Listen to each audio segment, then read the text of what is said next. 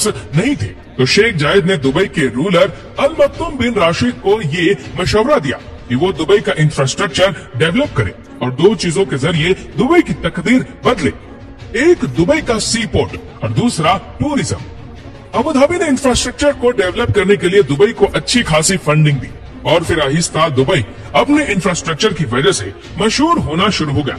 और यही वो टाइम था जब एक और पर्सनालिटी भी इस सारी ट्रांसफॉर्मेशन को बहुत ध्यान से देख रही थी। ये थे मोहम्मद बिन जायद अल नहयान, शेख जायद बिन सुल्तान के तीसरे बेटे, जो आगे चलकर यूएई के प्रेसिडेंट बने। मोहम्मद बिन जायद उस वक्त 11 साल के थे, मगर वो बहुत ध्यान से अपने फादर और उनकी पॉलिसीज को एब्जॉर्ब कर रहे थे।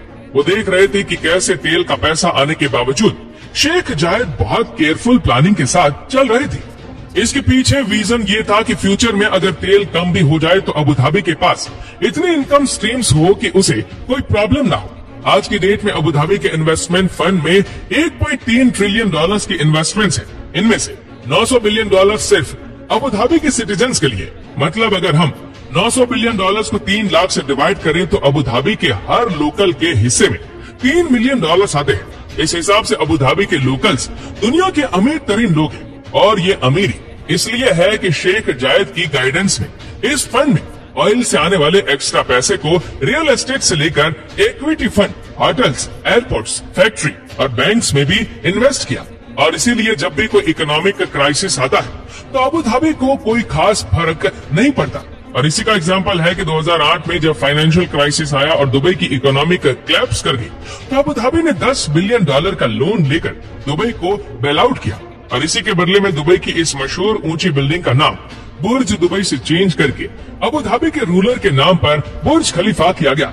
आज भी दुबई का डेट करीबन 90 बिलियन डॉलर्स है, जिसमें से 20 बिलियन डॉलर्स तो सिर्फ अबू धाबी से लिया हुआ लोन है जो दुबई ने अभी तक वापस नहीं किया। तो ये थी अबू धाबी की इकोनॉमिक स्ट्रेंथ। अभी तो दो और चीजें हैं जिनकी वजह से अबू धाबी पूरे गल्फ पर बाजी ले गया है। मोहम्मद बिन जायद की जिंदगी का एक बड़ा पोर्शन मिलिट्री में गुजरा है। सिर्फ 20 साल की उम्र में उन्होंने अमीराती एयरफोर्स ज्वाइन की और फिर 1991 में जब सदाम हुसैन ने कुवैत पर अटैक किया तो इराक के खिलाफ सारी मिलिट्री स्ट्रगल को उन्होंने ही लीड किया। शायद इसी आर्मी बैकग्राउंड की वजह से मोहम्मद बिन जायद को ये जुनून हुआ कि वो अमीराती आर्मी को अरब वर्ल्ड की सबसे पावरफुल आर्मी बनाए। बहुत कम लोग शायद ये जानते हैं कि यूएई को वेस्ट में लिटिल स्पार्टा भी कहा जाता है। और इसकी वजह यह है कि यूएई के पास अरब वर्ल्ड की सबसे वेल ट्रेन और सबसे अच्छी 60,000 फौजियों की आर्मी है। एमिरेट्स का annual military budget 20 billion dollar है। और अभी रिसेंटली यूएई ने अमेरिका से थर्ड यानी terminal high altitude air defence missile system भी खरीदा है, जो दुनिया के सबसे एडवांस मिसाइल सिस्टम्स में से एक है। ये वही मिसाइल सिस्टम है जो अमेरिका ने साउथ कोरिया में लगाया था और इसकी वजह से उसके और चाइना के बीच अच्छी खासी टेंशन भी हो गई थी। यूएई सऊदी अरब के बाद अमेरिका से सबसे ज्यादा हथियार खरीदने वाला दूसरा सबसे बड़ा कंट्री है। और सिर्फ यही नहीं बल्कि यूएई की आर्मी 2003 के बाद से बहुत एक्टिवली डिफरेंट कंट्रीज जैसे कि सोमालिया, यमन, इजिप्ट और इवन लीबिया में ऑपरेशंस में इन्वॉल्व हो रही है। इसके अलावा यूएई में सारे मेडिकली फिट अमीराती मर्दों के लिए नेशनल मिलिट्री सर्विस ट्रेनिंग लेना मस्ट है। और सिर्फ आर्मी ही नहीं बल्कि यूएई की पुलिस भी दुनिया की सबसे वेल इक्विप्ड और ट्रेन पुलिस फोर्स है। अभी 2003 में अबू धाबी को दुनिया का सबसे सेफेस्ट सिटी डिक्लेयर किया गया है। और इसी सिक्योरिटी की वजह से आज यूएई दुनिया का एक बहुत इंपॉर्टेंट फाइनेंशियल, कमर्शियल, टूरिस्ट और लॉजिस्टिक सेंटर बन चुका है। और इसका सारा क्रेडिट अबू धाबी की लीडरशिप को जाता है, जिन्होंने जबरदस्त प्लानिंग के थ्रू ऐसा लॉ एंड ऑर्डर मेंटेन किया है कि आज हर बड़ी कंपनी का हेडक्वार्टर आपको दुबई या अबू धाबी में मिलेगा। यहाँ पर एक कंट्रोवर्शियल चीज ये भी है कि मोहम्मद बिन जायद वर्ल्ड में डेमोक्रेसी के बहुत खिलाफ है। उनके मुताबिक अरब कंट्रीज डेमोक्रेसी के लिए रेडी ही नहीं है। और अगर डेमोक्रेसी को मौका दिया गया तो कोई एक्सट्रीमिस्ट ग्रुप इलेक्शन जीतकर यूएई की सारी प्रोग्रेस तबाह कर देगा।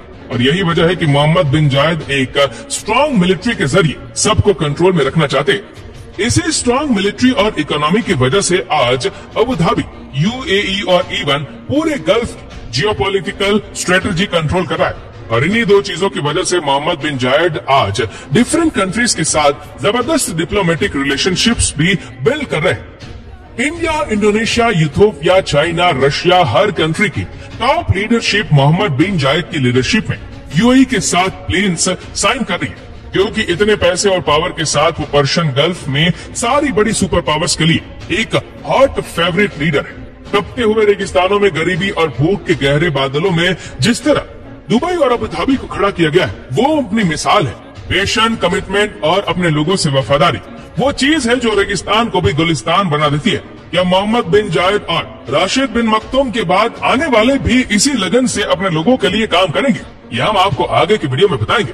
दोस्तों, आपको वीडियो कैसा लगा हमें नीचे कमेंट करके जरूर बताएगा, और इस वीडियो को आप अपने तक सीमित ना रखें। जितना हो सके इस वीडियो को शेयर करें फेसबुक पर, व्हाट्सएप पर, यूट्यूब पर, और ऐसी ही और भी इंटरेस्टिंग वीडियोस को यूट्यूब पर देखने के लिए नीचे कमेंट सेक्शन में लिंक दी गई है, जिसके ऊपर क्लिक करके हमारी चैनल को आप सब्सक्राइब करें और बेल आइकन दबाएं, ताकि हमारे हर लेटेस्ट वीडियो की अपडेट्स आपको मिलती रहे सबसे पहले। और आप हमारे फेसबुक पेज को फॉलो करना मत भूलना। धन्यवाद।